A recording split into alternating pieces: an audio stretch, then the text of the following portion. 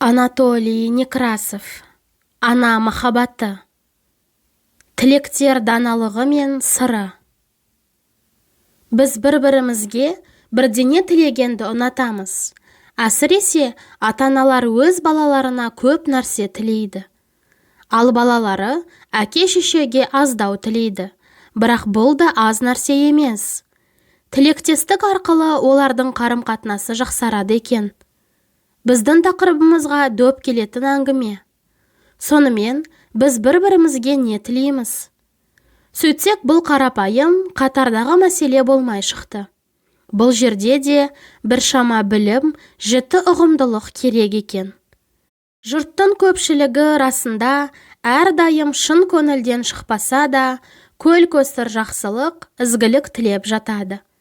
Әлде бір мерейтойдағы тостарды тыңдап көрініші. Тілде сүйек жоқ екеніне көз жеткізесіз.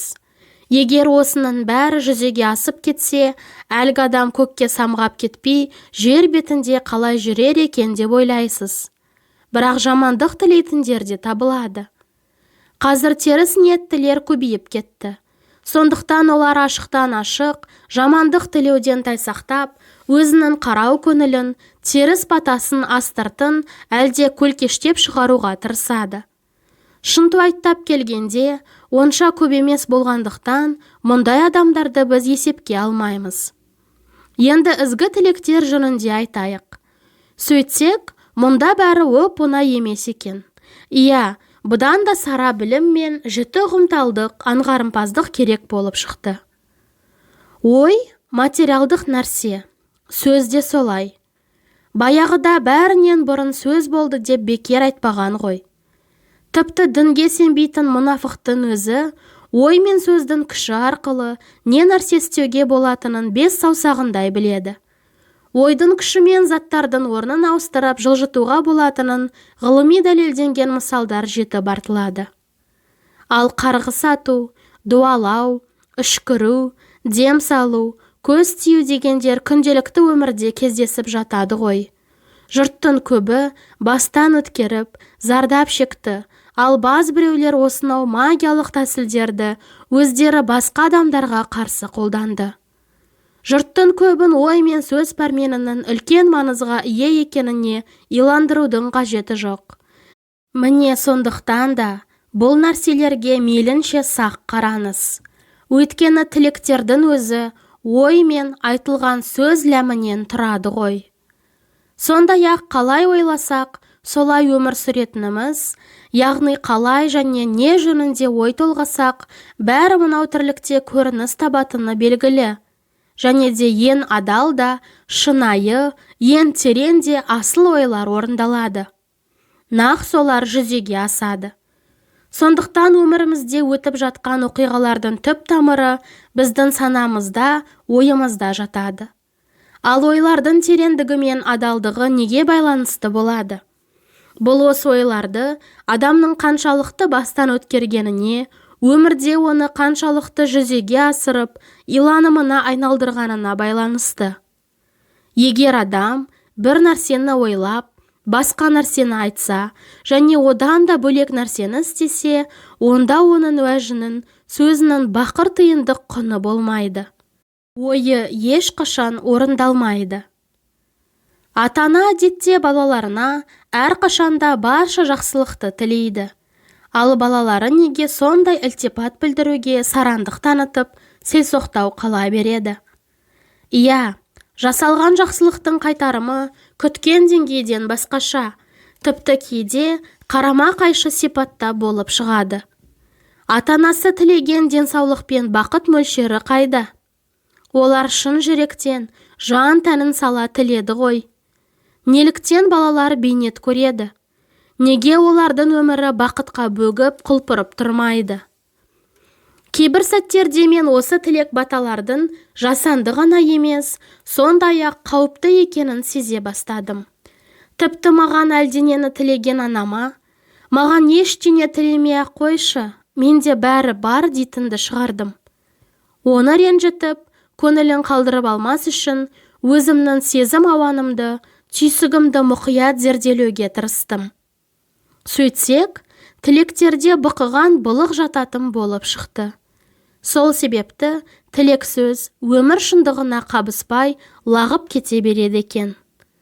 Әуелі Иса пайғамбардың осыдан 2000 жыл бұрын «Я, сіздің сөзіңіз, я және жоқ болсын. Ал қалғандарының бәрі Әзәзілдің сөзі» дегенін еске түсіріңіз. Шынында да солай. Әзәзілдің сөзі. Баста қоқыс өте көп, бықып жатыр. Әлбетте мұндай кәкір-шүкірдің ішінде алғыр ойдың пайда болып жинақталуы, демек жүзеге асуы мүлдем мүмкін емес. Бастың ішін ретке келтіру керек. Бұны жұрттың бәрі біледі, бірақ қалай істеуге болады? Сөйтсек, тілектердің мән жайын түсініп алып, осы бағытта байыпты қадам жасауға болады екен. Тіпті осы тарауды оқып шығудың өзі ой жүйесін біршама реттейтіні сөзсіз. Ойларды ретке келтіру, олардың шоғырлануы мен күш жиюын арттырып қана қоймайды. Сондай-ақ энергия жоғалту мөлшерінде едәуір азайтады. Өйткені әлгі ой мен сөздің қоқысы адам бойындағы біраз энергияны алып кетеді. Бос, далбаса нәрсені тілеген адам өзі текке энергия жоғалтады және өзгеге ештеңе бере алмайды. Міне, сөз қоқысымен әдетте былай алмасады. Хал қалай? Қалыпты. Жарайды, бақыт тілеймін. Саған да. Бастың ішін тәртіпке келтіру дегеніміз өте маңызды мәселе. Ішін мазмұнмен толтырып қою одан да маңызды. Бастың ішінде қандай иланымдар бар? Мысалы, біреу әлдекімге бақыт тілейді. Бір қарағанда, онда тұрған еш жамандық жоқ сияқты. Ал тілек білдірген адам өзін бақытты сезіне ме? Ол басқа біреулермен бөлісу үшін жеткілікті мөлшерде бақыт иеленетініне сенімді ме? Өзгеге өзінде бар нәрсені ғана бере аласың. Бұл сый тартып, сыяпат ұсынудың басты қағидасы. Ал тілек, бата атаулы, ой, сөз жүзіндегі сый. Егер ол даналықпен айтылса, кез келген сыйлық марапаттан артық.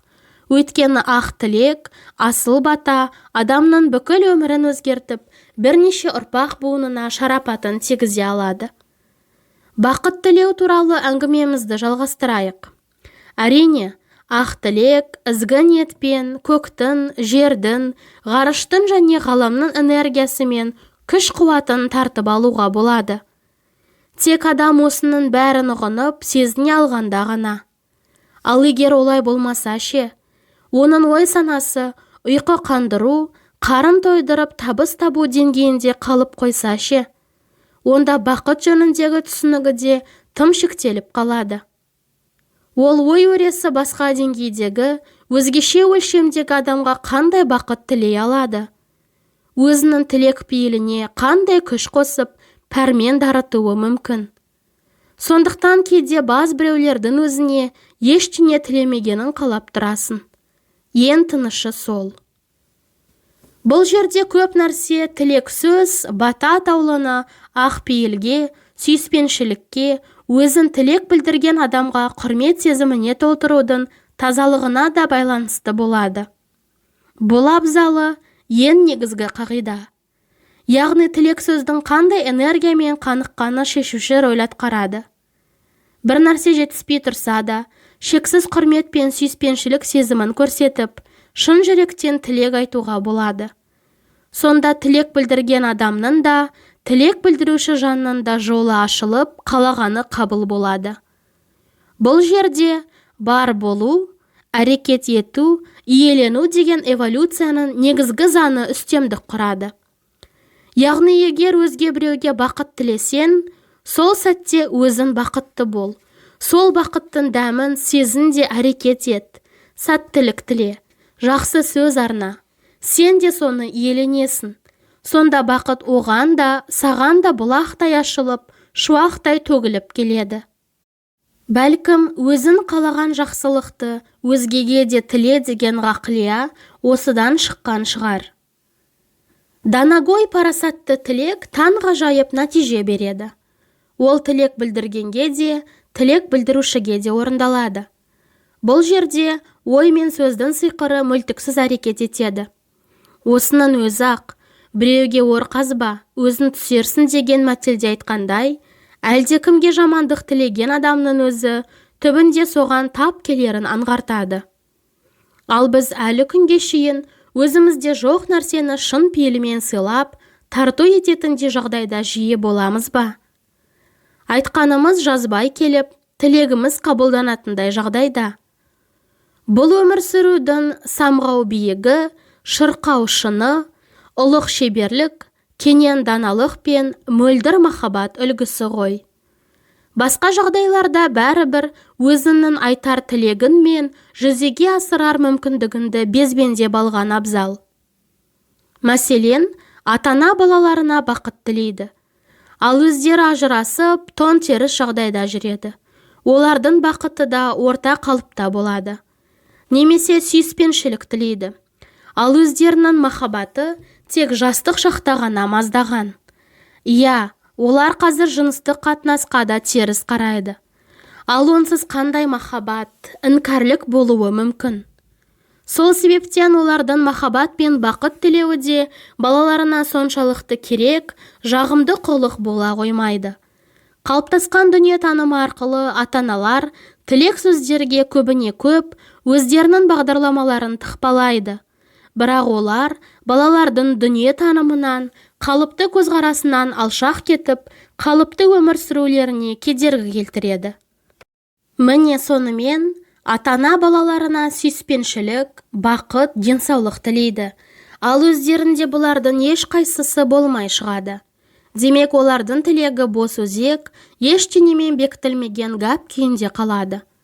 Сол себепті әлгі тілек сөздерден ешкімнің өркені өсіп, желкені желбірей қоймайды. Сонда не? Ештеңе тілемеу керек пе? Әрине тілеу керек. Тек алдымен ақылға жүгінген жөн.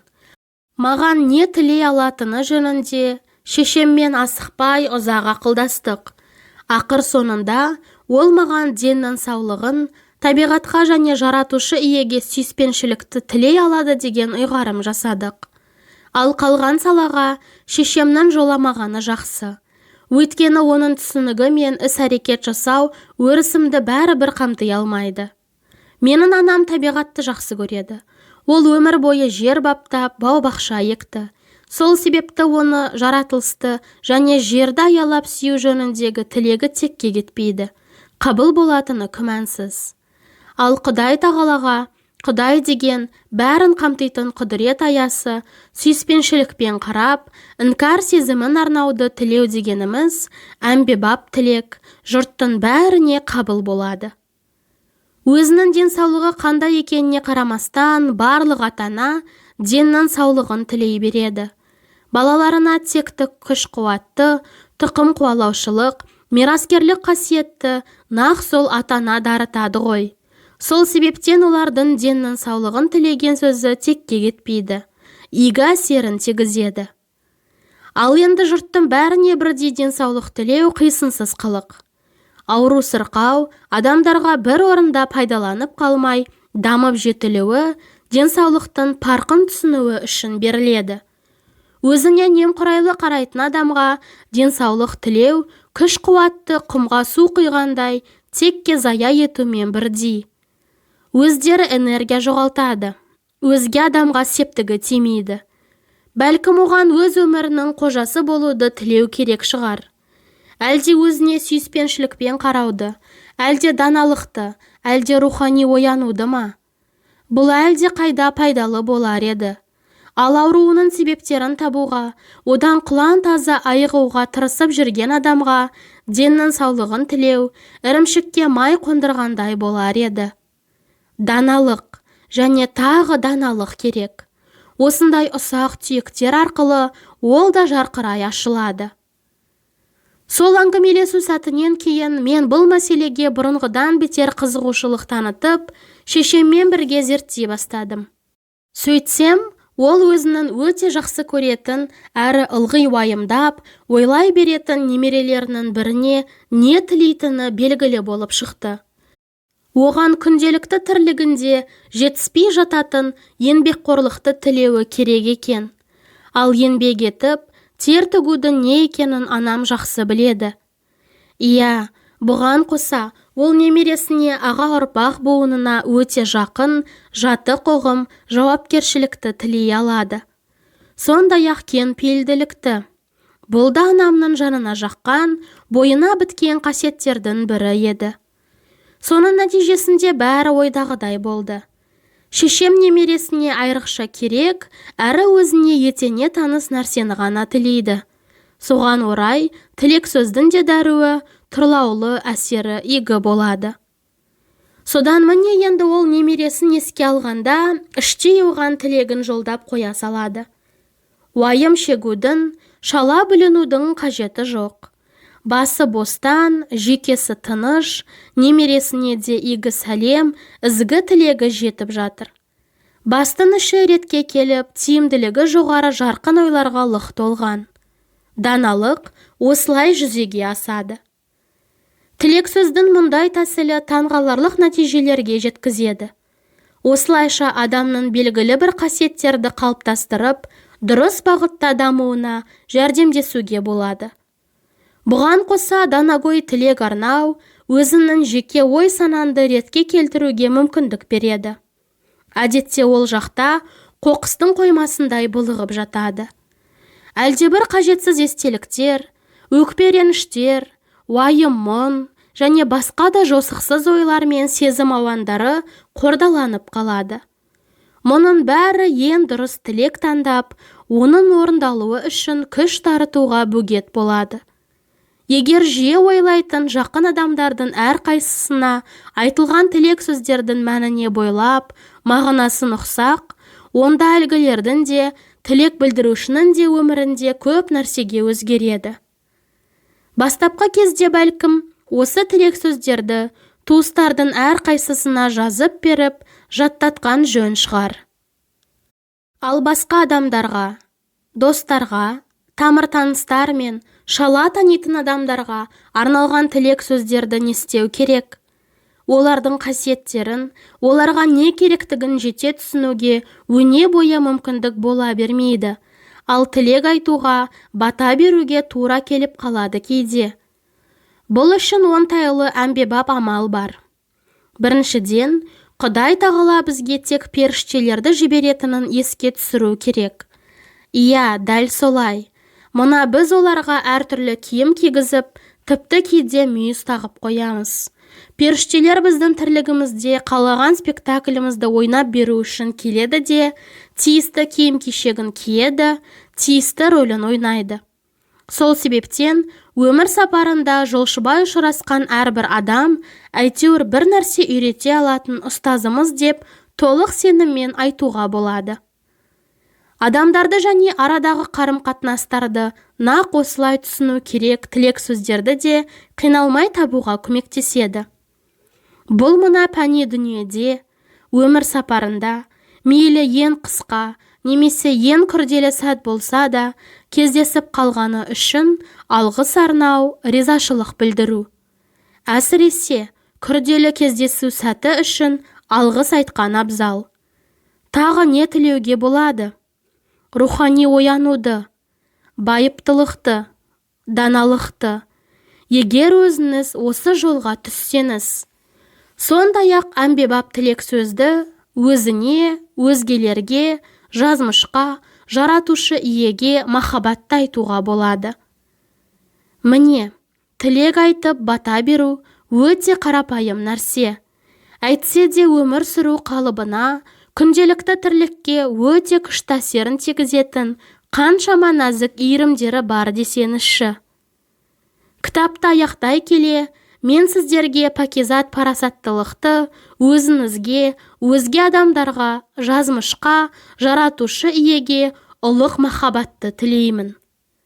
Иә, біздің баршамызға ұдайы өсіп, еселене беретін бақытты бұйыртсын.